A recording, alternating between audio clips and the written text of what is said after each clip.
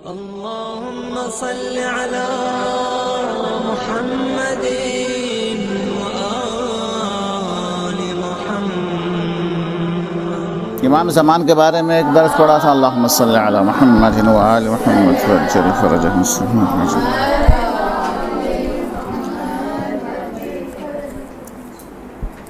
इमाम ज़मान के हवाले से बहुत सारे मौज़ूआत हैं।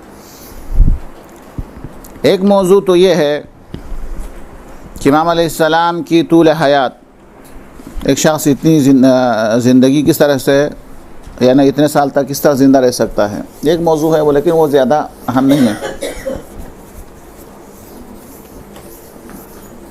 चूँकि बहुत से सारे मसादिक़ है दुनिया के अंदर, मलाइका है, जिन्नात है, शैतान है, ये तमाम के तमाम, हज़रत ख़िज़र है, हज़रत इलियास है, कितने लोगों को है जो अल्लाह तबारक व तआला ने तूलानी हयात अता की है।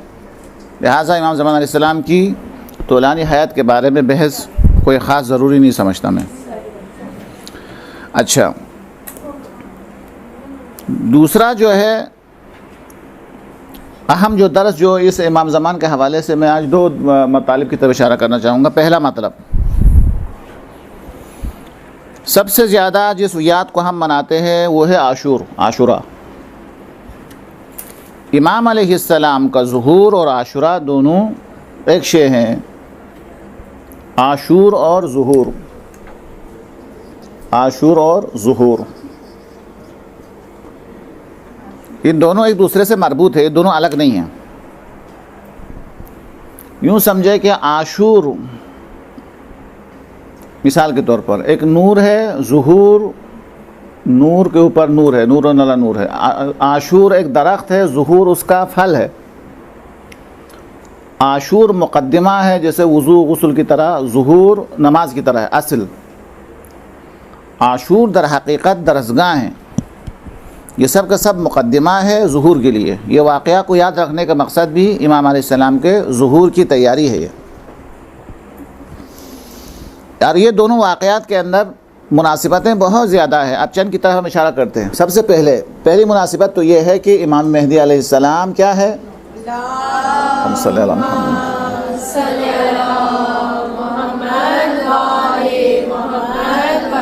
सबसे पहले तो आपको पता है कि ये लक़ब है, लफ्ज़ महदी है, दुरुस्त है, मेहदी गलत है, महदी।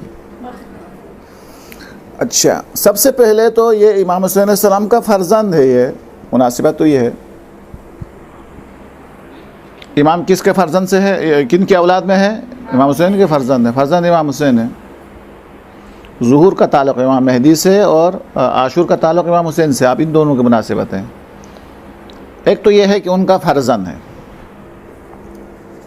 दूसरा यह है कि इमाम मेहदी अलैहिस्सलाम वली दम है। इमाम हुसैन शहीद हुए हैं, जब इमाम हुसैन शहीद हुए हैं तो जो खून का जो वारिस है, वली दम जो खून का वारिस है, बाप अगर शहीद हो जाए तो बेटा वारिस होता है। तो इस ज़माने के अंदर इमाम हुसैन अलैहिस्सलाम के खून का जो वली दम है, जो वारिस है, वो कौन है, ज़ाहिर है इमाम ज़माने का इमाम है।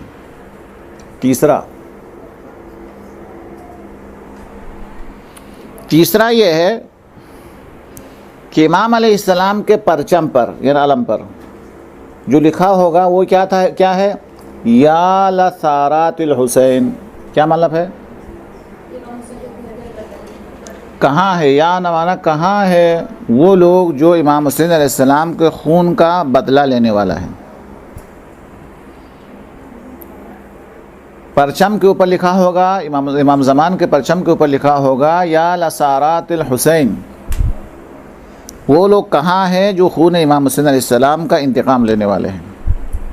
अच्छा, ये मुनासिबात है। अच्छा, चौथी मुनासिबत बहुत सारी है। चौथी मुनासिबत ये है कि अगर आप वाक़या आशूरा को आप सुने, शब आशूर वग़ैरह, इमाम हुसैन अलैहिस्सलाम अपने साथियों से इमाम ज़मान के बारे में ज़िक्र फरमा रहे थे कि हम शहीद हो जाएंगे, लेकिन हमारा खून का बदला जो है, मेरा फ़र्जंद, आखिरी फ़र्जंद, यानी जो सिलसिला इमामत का आखिरी फ़र्जंद, वो हमारे खून का बदला ले लेंगे। तो ये आशूरा के अंदर इमाम अलैहिस्सलाम का ज़िक्र है, उनका तज़किरा है, ये आशूर के अंदर है। और इमाम अलैहिस्सलाम जब ज़ुहूर फरमाएंगे तो सबसे पहले आशूरा का ज़िक्र फरमाएंगे, यानी ये दूसरे से मरबूत है। आशूरा, शब आशूर इमाम ज़मान का तज़किरा है, और इमाम ज़मान जब ज़ुहूर फरमाएंगे तो आशूरा का तज़किरा फरमाएंगे।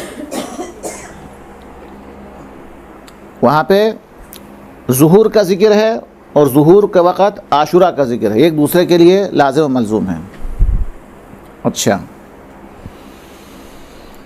और एक मुनासिबत जो अगर आपने दुआएं पढ़ी है तो 3 शाबान को, दोनों के दोनों शाबान में पैदा हुए, 3 शाबान को इमाम हुसैन अलैहिस्सलाम की जो दुआ है, विलादत की जो दुआ है, उस दुआ के अंदर इमाम ज़मान का ज़िक्र है कि अल्लाह ने उनकी तुरबत में शफा रखी है, अल्लाह ने उनकी नस्ल में इमामत रखी है, अल्लाह ने उनकी नस्ल के अंदर आखिरी इमाम को यानी मतलब उस 3 शाबान की दुआ के अंदर इमाम ज़मान का ज़िक्र है।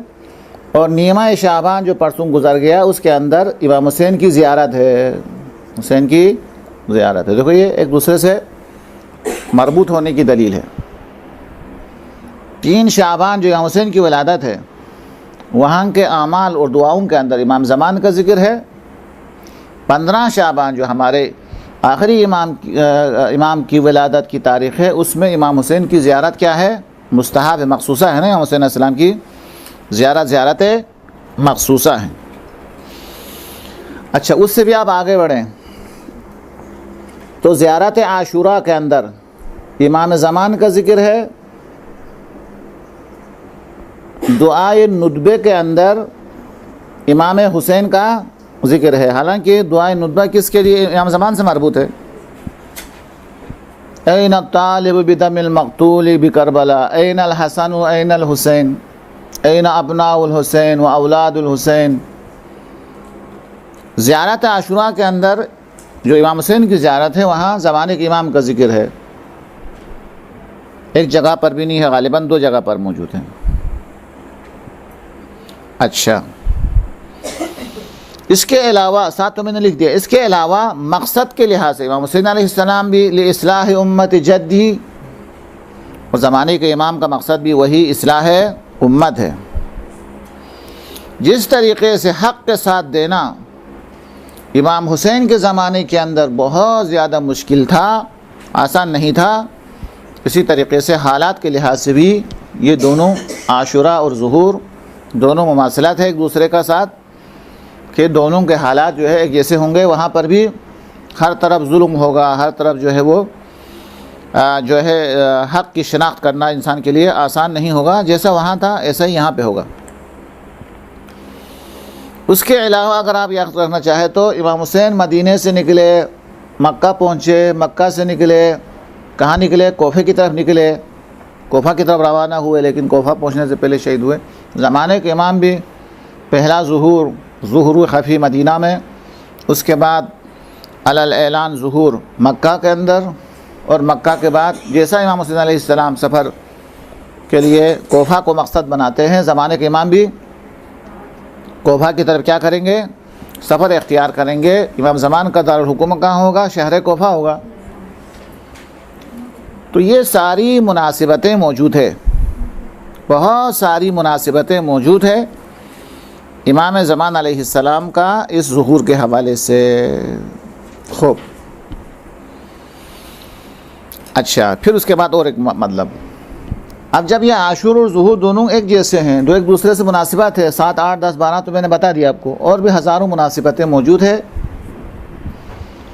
तो फिर क्या होगा, हमें इसका मतलब क्या हुआ, ये जो आशूर का ज़िक्र, जो तज़किरा बार बार करना, ये दर हकीकत ज़ुहूर के लिए अपने आप को क्या करने के लिए है, आमादा करने के लिए है, तैयार करने के लिए है कि ज़ालिम कौन है, मज़लूम कौन है, ज़ालिम से इजहार नफ़रत करता रहे, मज़लूम के ऊपर गिरिया करता रहे, तब जाके वो इमाम अलैहिस्सलाम के लश्कर का हिस्सा बनेगा। ज़ालिम के भी ख़िलाफ़ नहीं, मज़लूम से भी कोई हमदर्दी नहीं, तो फिर इमाम ज़मान के साथ किस तरह दे सकता है, वो नहीं दे सकेंगे असल में। अब इसके अंदर जो आज के मौजू में शामिल नहीं है लेकिन बहुत अहम है, वो ये है कि आशूर जो है एकदम ऐसा वाक़ई नहीं कि एकदम हुआ हो। इस आशूर के लिए अल्लाह के रसूल इमाम हुसैन को तैयार फरमा रहे थे, तरबियत दे रहे थे कि आपको ये करना है।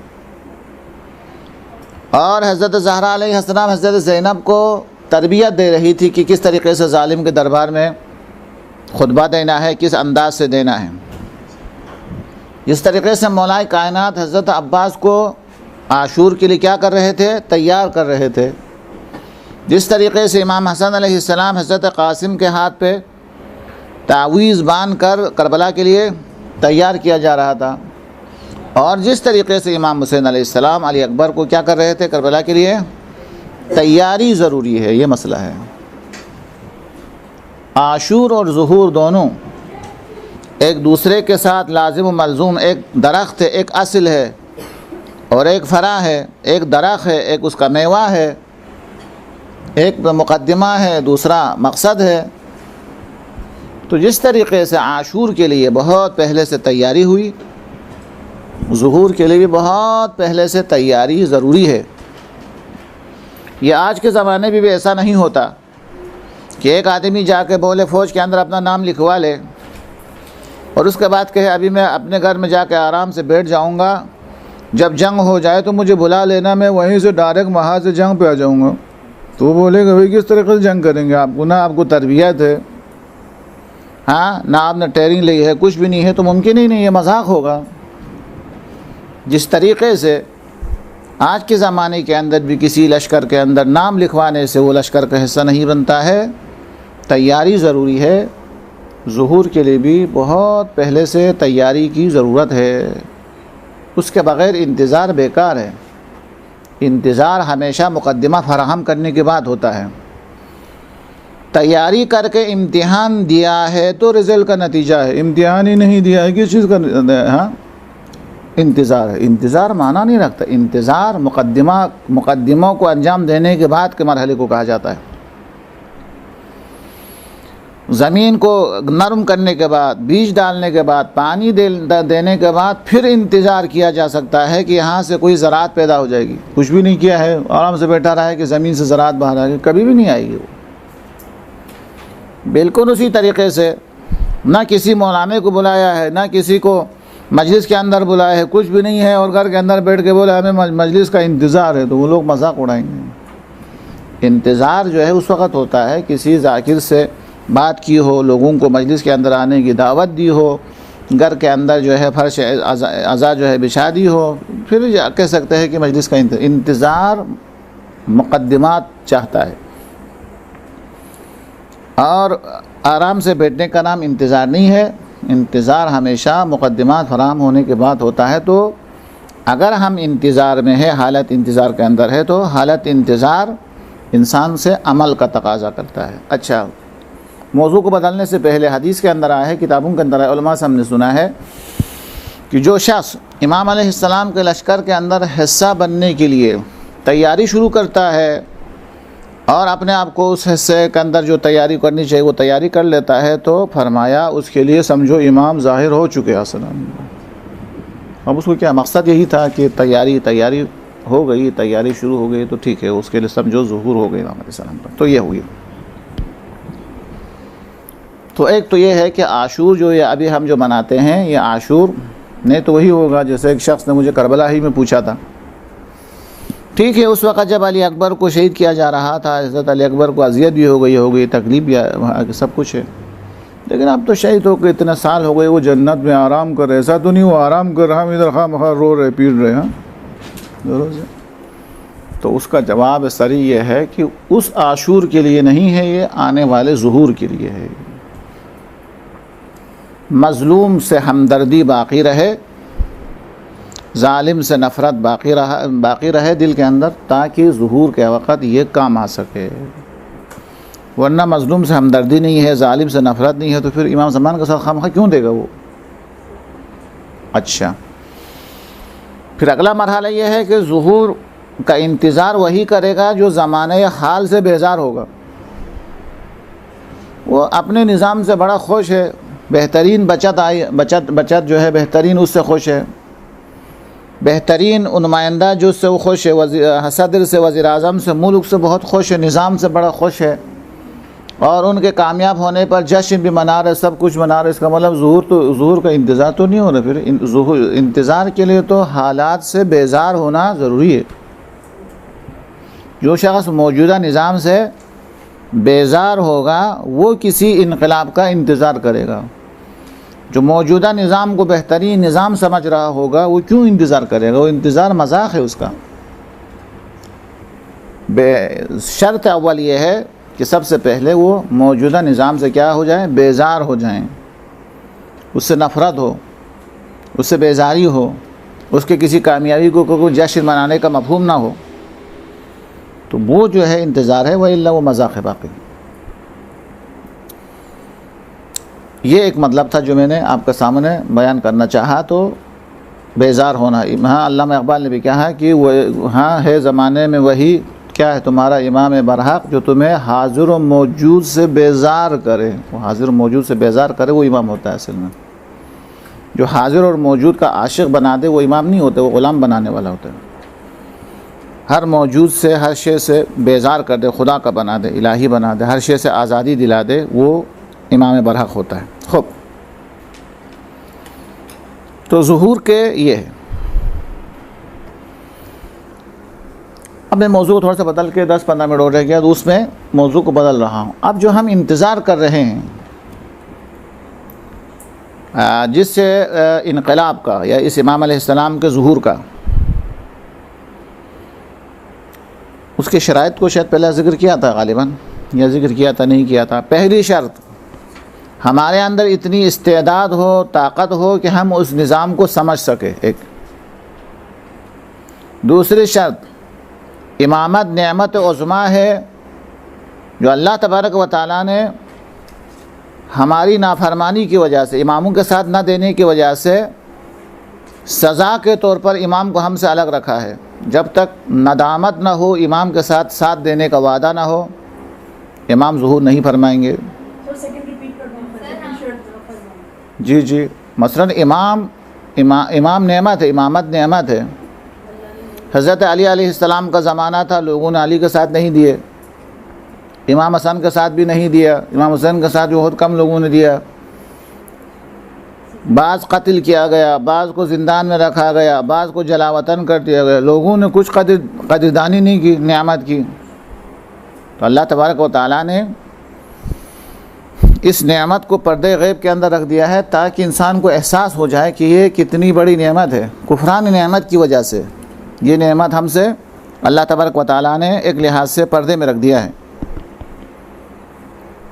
तो फिर जब ऐसा है तो फिर तो जब तक अल्लाह तबारक व तआला की बारगाह में तौबा ना हो, खुदा से ये वादा ना हो कि अब हम इस नेमत की जो है वो कदरदानी करेंगे, कुफरान नेमत नहीं करेंगे, नाशुक्रानी करेंगे, इमाम के साथ देंगे, जब वो अदा ना हो, ज़ाहिर है कि ये शराइत ज़ुहूर है, ये अलामात ज़ुहूर नहीं है जो खुदा को करना है। ये सुफियानी आना, आसमान से आवाज़ें आना, मगरिब से सूरज निकले, हमारा काम नहीं है, वो खुदा का काम है। हमारा काम ये है कि अल्लाह से ये वादा करना, सच्ची तौबा करना कि इंशाअल्लाह इस दफ़ा भी हम आएंगे तो हम साथ देंगे। फिर निज़ाम को समझना कि जब तक हम निज़ाम को नहीं समझेंगे इमाम आके क्या करेंगे। फिर हमारे अंदर वो सलाहियत मौजूद है ही नहीं है निज़ाम को समझ सके, तो इमाम तो ज़ुहूर नहीं फरमाएंगे। आखिरी नबी सबसे पहले खलक होने के बाद आखिर में क्यों आए? क्योंकि उससे पहले आते तो उसके निज़ाम को समझ भी नहीं सकते थे लोग। तो निज़ाम को समझने की सलाहियत। और तीसरा, सही माना के अंदर इंतज़ार, शिद्दत, हालात से बेजार हो और सही माना में लोग सही माना में इंतज़ार करने लगे तो इमाम अलैहिस्सलाम ज़ुहूर फरमाएंगे। चूँकि इमाम अलैहिस्सलाम एक ऐसा इनकलाब लाने वाला है जिस इनकलाब के अंदर कोई बातिल का शाइबा तक नहीं है। अल्लाह ने क्यों पर्दे गैब, फ़लसफ़े गैबत, अल्लाह ने इमाम ज़बान को पर्दे गैब के अंदर क्यों रखा है? अगर इमाम अलैहिस्सलाम पर्दे गैब में ना होते, फ़र्ज़ कर लो पाकिस्तान के अंदर होते, तो पाकिस्तानी पासपोर्ट तो ज़रूर होता है। आप पाकिस्तानी पासपोर्ट लेके दुबई में चले जाते तो वहाँ तो फिर मुश्किलात आ जाता है ना पाकिस्तानी पासपोर्ट के। पाकिस्तान के अंदर रहते तो पाकिस्तानी क़वानीन का ख्याल रखना ज़रूरी होता। अल्लाह तबारक व तआला ने आखिरी हुज्जत को पर्दे के अंदर रखा ताकि किसी कानून के पाबंद ना हो, आज़ाद हो, किसी मुल्क के पाबंद नहीं हो, किसी को अपने ऊपर सरबराह नहीं मानते वो, न किसी ज़मीन की किसी एक सरहद के साथ मखसूस है, न किसी मुल्क के साथ मखसूस है, न उनके क़वानीन का हलफ उठाना उसके लिए ज़रूरी हो। आज़ाद ही आज़ाद अल्लाह ने रखा है। नहीं, मतलब होंगे, हर जगह होंगे, हर जगह होंगे। इमाम अलैहिस्सलाम की ग़ैबत के बारे में बहुत सारे अक़वाल हैं, लेकिन उसमें बरमुदा नहीं है खुलासा। जी हाँ, जी हाँ, जी हाँ, तो वो हमारा अक़ीदा का हिस्सा नहीं है। बाज़ लोग आप दुआ कुमैल के अंदर हम क्या है जी तवा आओ बि रज़वा अम जी तुआ, ये वगैरह है ना, ये रज़वा है, जी तुआ है, ये मकामात का नाम है। मदीना मक्का की जो मखसूस जगह है, किसी जगह का नाम रज़वा है, किसी जगह का नाम जी तुआ है। कि इमाम ज़मान से वो दुआ रुतबा के अंदर कहते हैं कि मैं कहाँ कहाँ तलाश करूँ, रज़वा के ज़मीन पे जाके तलाश करूँ, जी तुआ में जाके तलाश करूँ। बाज़ रवायत कहती है कि वहाँ है। मसलन बाज़ रवायात के मुताबिक ज़माने के इमाम सहरा बयाबान उन मकामात पर आप रहते हैं। बाज़ रवायात के मुताबिक इमाम अलैहिस्सलाम हमारे दरमियान रहते हैं, इसी को ज़्यादा कवी समझा जाता है। हमारे दरमियान रहते हैं और हमारे साथ ज़िंदगी गुजार रहे होते हैं, हमारी मदद भी कर रहे होते हैं, हम उसको पहचान नहीं सकते। खुलासा वही जो मिसालें मैंने दी थी। ये औलादे भी है, सब कुछ जी जी जी जी जी। आबा सालेह, अगर आबा सालेह किस लिए कहते हैं, चले। लेकिन जज़ीरा बरमुदा वगैरह ये अकायद पानी में इमाम अलैहिस्सलाम का जो वो वकील है हुसैन इब्न रूह, वो पानी से मरबूत है। इमाम ज़मान तो अच्छा, चले बस बताना ज़रूरी था। ये बताऊँ आपको, आपका नाम क्या है? इमाम ज़मान, क्या माना इसका? माना ज़माने का इमाम, ये है असल में समझने का। इमाम ज़मान यानी वो हम ज़मान नहीं, हम ज़मानियात है। हम ज़मान से मंसूब है, ज़मीन भी ज़मान से मंसूब है, सूरज भी ज़मान से मंसूब है, दिन और रात भी ज़मान से मंसूब है। ज़माने के इमाम इनसे बुला। अच्छा, इसमें इमाम ज़मान अरबी लफ्ज़ है या साहिब ज़मान, अरबी के अंदर क्या है? साहिब ज़मान, ये तो अरबी लफ्ज़ है ना। वलीउल असर, असर वही ज़माना, वलीउल असर ये अरबी लफ्ज़ है, उसी का तर्जुमा हम कहते हैं इमाम ज़मान। अस्सलामु अलैका या साहिब ज़मान, अस्सलामु अलैका या वली अल असर, साहिब अल असर व ज़मान, या साहिब अल असर लिख दे, कोई हर्ज नहीं है। ये साहिब असर और वली अल असर, उसका तर्जुमा है किसका? इमाम, ज़माने का इमाम, साहिब अल असर। ज़मानियात का इमाम नहीं, ज़माने का इमाम। चलो मैं इस मतलब को समझाने के लिए एक वाक़या सुनाता हूँ। मीर दामाद एक शख्स है, कहता है कि उनकी वालिदा थी गालिबन, कहे वालिदा बीमार हो गई। डॉक्टर ने जवाब दिया, हम उसको लेकर गए नजफ़ गए। नजफ़ में इमाम के ज़रिए में पहुँचे, इमाम के ज़रिए में दुआ मांग रहे थे। किसी शख्स ने कहा कि असर के टाइम पे कोई शख्स आता है, वो बता सकता है कि क्या बीमारी है, तुम्हारी वालिदा ठीक हो सकती है नहीं हो सकती है, वो बता देगा। बोलो, कहता है कि मैं ज़ोहर के ज़वाल के वक्त इंतज़ार करता रहा, तो एक शख्स आया, तो हम कुछ कहना चाहते थे, हमारे कुछ कहने से पहले खुद ही उन्होंने कहा कि आप लोग फ़लान जगह से आए हैं। सही बताया उन्होंने। आप लोग एक ख़ातून के मसले में मेरे पास आए हैं, वो भी सही बताया उन्होंने।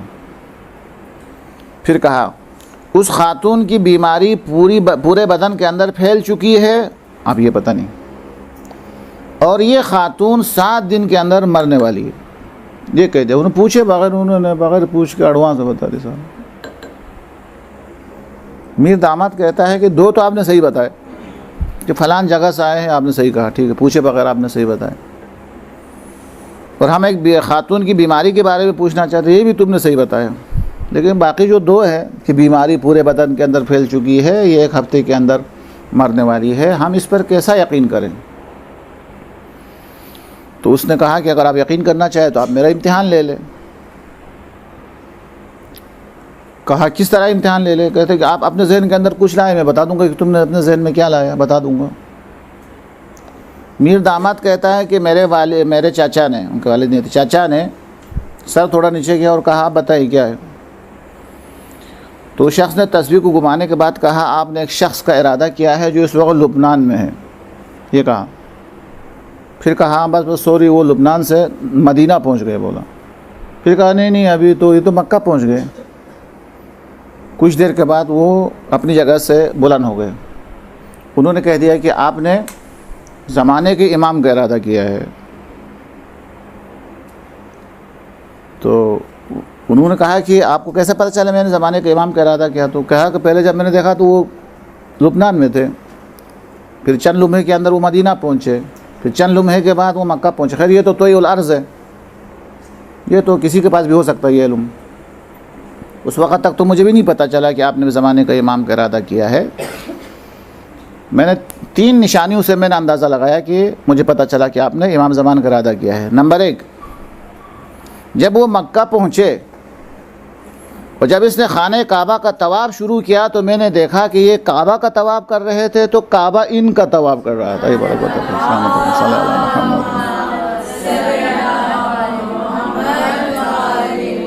मुझे ये महसूस हुआ कि काबा इसका तवाफ़ कर रहा है। दुरुस्त है, खूब। कुछ देर के बाद मैंने ये देखा, मेरे उलम ने ये मुशाहिदा किया कि कायनात के अंदर हर शे मिन जुमला ज़मीन वग़ैरह सूरज के अतराफ़ गर्दिश करता है। मैंने देखा सूरज इनके अतराफ़ में गर्दिश कर रहा है। दुरुस्त है, ये ज़ात जो हुज्जत इलाही है, इसके अतराफ़ में सूरज को गर्दिश करते हुए देखा मैंने। और उसके बाद कहता है कुछ देर के बाद वो मेरे इल्म से बाहर चला गया, मुझे नज़र ही नहीं आ रहा है वो कहाँ है। इसलिए मैंने अंदाज़ा लगाया कि आपने ज़माने के इमाम का जो है वो इरादा किया है। तो ये है साहिब ज़मान, वो सूरज और चाँद के ऊपर भी उनका भी इमाम है वो। दुरुस्त है, तभी तो वो इतने अरसे के बाद जब ज़ुहूर फरमाएंगे तो 40 या 40 साल से कम के होंगे वो। अच्छा, ये लक़ब सिर्फ़ इमाम ज़मान का ज़ाहिर है, इमाम सादिक़ का लक़ब साहिब ज़मान नहीं है, किसी भी इमाम का साहिबुल असर वक्त नहीं है। तो किसी ने इमाम सादिक़ को जब साहिब ज़मान कहा, साहिबुल असर कहा, तो आप नाराज़ हो कहा साहिबुल असर में कहाँ हो सकता हूँ, मैं तो बूढ़ा हो चुका हूँ। ये फरमाया, मैं साहिबुल ज़मान साहिबुल असर नहीं हूँ, मैं तो बूढ़ा हो चुका हूँ। कहा फिर साहिब ज़मान कौन है? कहा साहिब ज़मान वो है जो ज़माने का भी इमाम होता है, वो उस पर गर्दिश लैल और नहार का कोई असर नहीं होता है। तो कहा इमाम तो सब एक होते। कहा नहीं, हम दुनिया के अंदर लोगों को समझाने के लिए आए, हादी बन के आए, टीचर बन के आए हैं। हम कभी बचपना गुजारते हैं ताकि लोगों को पता चले कि बचपना किस तरह गुजारा जाता है। फिर हमारे ऊपर ज़ाहिर तौर पर जवानी आती है ताकि लोगों को पता चले जवानी को किस तरीके से गुजारना है। फिर हम बूढ़े भी हो जाते हैं ताकि लोगों को पता चले कि बुढ़ापे के अंदर किस तरीके से इबादत मामलात किस तरीके से करना है। इसलिए ज़ाहिरी तौर पर ये बूढ़ा होना, जवान होना, बड़े होना, ये चूँकि टीचर है जो समझाना है हर सिर्फ को, इसलिए हमारे ऊपर ये सूरज और चाँद के असरात तुम्हें नज़र आता है। ये तो हदीस का है, लेकिन उसके बाद हम ख़ुद अपनी तरफ से कह सकते हैं कि ये चीज़ें पुरानी होना, बूढ़ा होना, ताकतें ख़त्म होना, ये टाइमिंग किसकी वजह से वजूद में आता है? टाइम जो वजूद में आता है सूरज और चाँद की हरकत से, और इसी से इंसान बूढ़ा होता है, बच्चे बड़े होते हैं, ये सब कुछ होता है।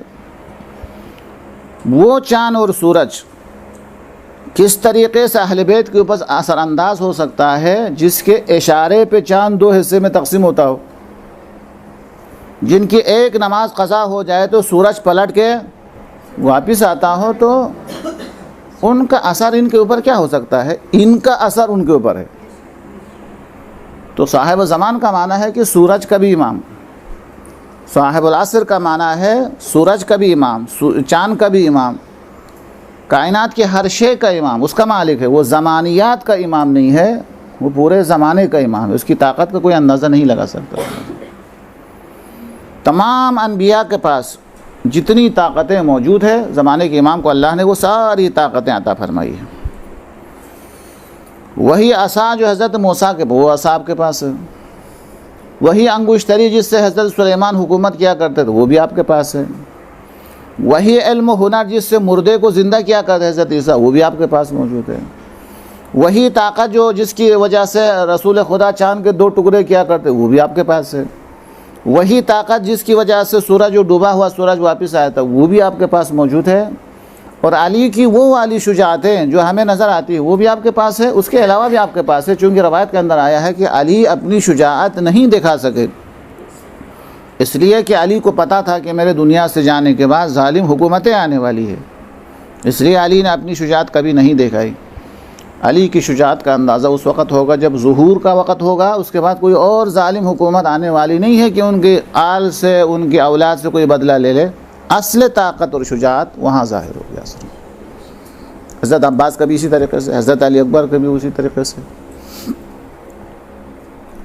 दुरुस्त है। तो ये है। अब जो है 10 मिनट से ज़्यादा बाकी नहीं रहा। तो वो जो हुकूमत,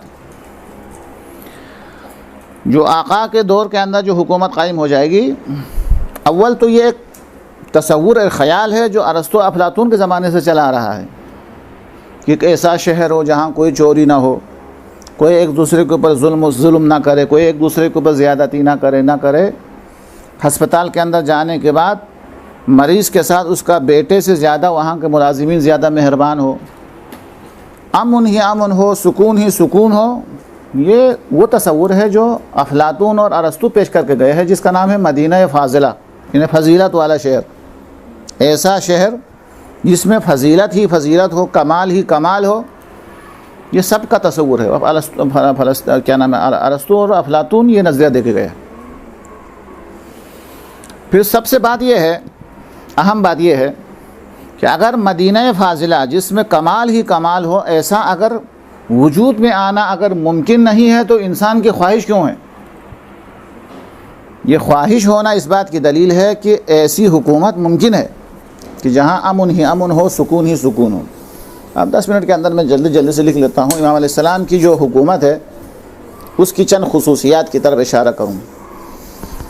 पहली खुसूसियत यह है कि रवायात के अंदर आया है, ताबीरात मुख्तलिफ है। पहली ताबीर जो सबसे आसान है, मुश्किल नहीं, इस वजह से फरमाया कि कुल उलूम 27 हुरूफ पर मुश्तमिल है, 27 उमूर पर मुश्तमिल है। कायनात के अंदर जितनी तरक्की हो रही है वो सिर्फ 2 हुरूफ की वजह से। अभी जितनी तरक्की हो रही है, मोबाइल, कंप्यूटर, इंटरनेट, फरमाया जितनी तरक्की जो ज़माने के अंदर नज़र आ रही है वो सिर्फ 2 हुरूफ की वजह से है। फरमाया जब ज़माने के इमाम अलैहिस्सलाम ज़ुहूर फरमाएंगे तो पहले तो इस 2 को मुकम्मल करेंगे, ये फरमाया। उसके बाद मज़ीद 25 उलूम को आप अलैहिस्सलाम ज़ाहिर फरमाएंगे। तब अंदाज़ा लगाते इल्म जो है कितना आगे बढ़ेगा। हुरूफ यानी उलूम 7, जितने कायनात के अंदर जो है इल्म है वो 27 हुरूफ पर मुश्तमिल, हर्फ। उनमें से जितनी तरक्की हुई है वो सिर्फ 2 हर्फ की वजह से, यानी अल्लाह ने सिर्फ 2 हर्फ का इल्म दिया है हमें। और रवायत के अंदर आया है कि इमाम अलैहिस्सलाम ज़ुहूर फरमाएंगे तो सबसे पहले तो उस 2 को जो नामुकम्मल है मुकम्मल फरमाएंगे। उसके अलावा मज़ीद 25 हुरूफ का इल्म लोगों को पहुँचाएँगे। तो ज़ाहिर है कि बहुत पढ़े लिखे होंगे जो। अच्छा, जब ऐसा होगा यानी उलूम जो है अपने कमाल तक पहुँचेगा। उसके बाद जब ऐसा होगा तो फिर उसके नतीजे में क्या होगा कि लोग कितने पढ़े लिखे होंगे। रवायत का जुमला, खातून खाना यानी घर की खातून जो बाहर नहीं जाती है, जब दस्तरखान के ऊपर बच्चों के दरमियान खाना तकसीम कर रही होगी तो एक आयत कुरानी के मातहत उसकी रोशनी में कर रही होगी। इतना इल्म फैल जाएगा। बच्चों को रोटी और सालान देते वक्त भी आयत इलाही का जो है वो सामने रख के उसके मुताबिक ऐसा कर रहा होगा। जब इतना इल्म होगा, बढ़ेगा, तो हज़रत मूसा की तरह पत्थर से चश्मे जारी करने की ताकत आ जाएगी।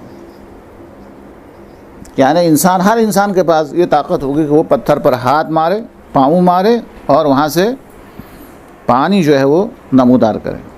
अच्छा, ताकत का ये आलम होगा कि एक सिपाही, ईमान की बात नहीं, एक सिपाही तलवार से पहाड़ को 2 हिस्सा कर सकेंगे। आप इंसान सोच भी नहीं सकते।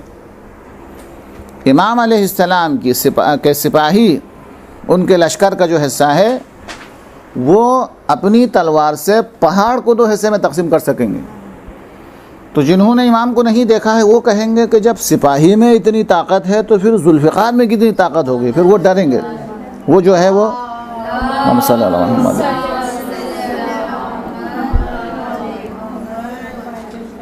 खूब।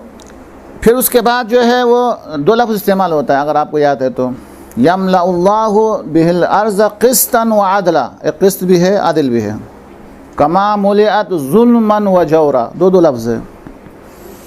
एक दूसरे से इतने करीब हो जाएंगे, एक दूसरे से करीब हो जाएंगे, यानी आज की इस्तिलाह के अंदर, ना मच्छर हमें काट के डेंगू बुखार करेगा, हाँ, ना जो है कोई जानवर, शेर हमें काट सकेगा, वो सब के सब हमारे खादिम बनेंगे। एक दूसरे, कोई इंसान को अजियत देना तो दूर की बात, जानवर को भी अजियत नहीं देगा, जिसको कहा जाता है क़िस्त। क़िस्त वबिही यमलाउल्लाहुल अर्ज़ क़िस्तन व अदला, अदिल भी होगा, क़िस्त भी होगा।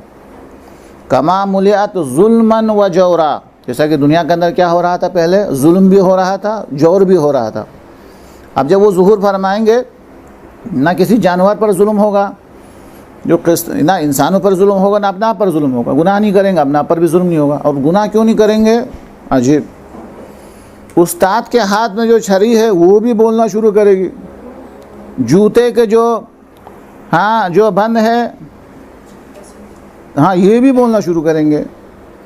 और छुप के भी गुनाह करने से डरेंगे, कहीं इमाम को ये शिकायत ना करे, असल दूर से दीवार जो है कहीं शिकायत ना करे। तो ये इंसान जो है ना किसी और पर जुल्म करेगा, ना किसी जानवर पर जुल्म करेगा, कुछ भी नहीं करेगा, खुलासा। अच्छा, अब तो बहुत ज़्यादा है, इन सबको बताने का जिक्र नहीं, यहाँ पर टाइम नहीं रहा। अब जो है इंसान, आम इंसान की अक़ल 40 गुना उसकी अक़ल में इजाफा होगा। 1 साल 10 साल के ऊपर भारी होगा। इतने खुशहाल होंगे कि बच्चे दुआ करेंगे परवरदिगार हम कब जवान हो जाएं, और बूढ़े तमन्ना करेंगे काश हम दोबारा बच्चे हो जाएं। ज़िंदा दुआ करेंगे काश हमारे मरने वाले ज़िंदा हो जाए तो हमें देख के कितना खुश हो जाएं। यानी एक दूसरे को याद करेंगे इस तरह। बादलों पर सफ़र करना जैसे सुलेमान करते थे, ऐसा हमारे लिए मुमकिन होगा। और इससे ज़्यादा और क्या कर सकते, तरक्की का वो आलम होगा कि पूरी दुनिया का सैर करने के लिए 1 घंटा भी काफ़ी होगा। 1 घंटे में पूरी दुनिया को देख सकेगा, बग़ैर आला के दुनिया के एक हिस्से से दूसरे हिस्से को देख सकेगा, बग़ैर आला के वहाँ की आवाज़ वो यहाँ सुन सकेगा। और इस तरीके से ऐसा जो है वो इंसान के सामने जब गुनाह नहीं करेगा, सब कुछ नहीं करेगा, तो अल्लाह तब आसमान के तमाम दरवाज़े खोले जाएंगे, चूँकि जब हर इताअत हो। ज़मीन खुश हो के अपने तमाम ख़जाने जो है वो बाहर निकाल के इंसान के सामने पेश करेगी इताअत को देख के। और इस तरीके से, और आपको पता है कि रजअत हमारा अक़ीदे का हिस्सा है। और इमाम अलैहिस्सलाम के ज़ुहूर के बाद जो लोग दुनिया से गए हैं, 2 किस्म के लोग वापस आएंगे, एक इंतहाई ख़राब लोग और एक इंतहाई जो बेहतरीन अफराद है, वो लोग दुनिया के अंदर दोबारा वापस आएंगे ताकि वो, अच्छा, और ये कोई हमारी अक़ल से बाई चीज़ भी नहीं है कि बहुत कुरान करीम के अंदर कितने गुनाहों के बारे में अल्लाह ने ये फरमाया है कि हम इनको दुनिया में भी अज़ाब देंगे, आखिरत में भी अज़ाब देंगे। तो हम कहेंगे परवरदिगार, ये सऊदी अरब के बादशाह तो दुनिया के अंदर वो ऐश करता हुआ दुनिया से जा रहा है, यमन के अंदर इतने बच्चों को ख़वातीन को, मस्जिद को, हर एक को शहीद कर रहा है। ये तो दुनिया की दौलतें उनके पास मौजूद है, सब कुछ है, तो ठीक है, मरने के बाद तो तू उनको अजाब देगा, दुनिया में तो अजाब नहीं नज़र आ रहा है, दुरुस्त है। तो उसका जवाब यही है कि अल्लाह तबारक व तआला इनको दोबारा ज़िंदा करेगा। वो जो कहा है दुनिया के अंदर भी अजाब देगा खुदा, वो अजाब ज़रूर अल्लाह तबारक व तआला देगा। तो वो हुकूमत जो इमाम ज़मान अलैहिस्सलाम की है, वो इक़्तिसादी लिहाज से क्या होगा, मकानात किस तरीक़े से बनेंगे और किस तरीक़े से जो है वो शहर आबाद किए जाएंगे, वो एक तफसीली जो है गुफ्तगू है। अल्लाह से हमारी दुआ है कि हमें अपने इमाम के बारे में मारिफत हासिल करने की तौफ़ीक़ अता करे इंशाअल्लाह। व सल्लल्लाहु अला मुहम्मद व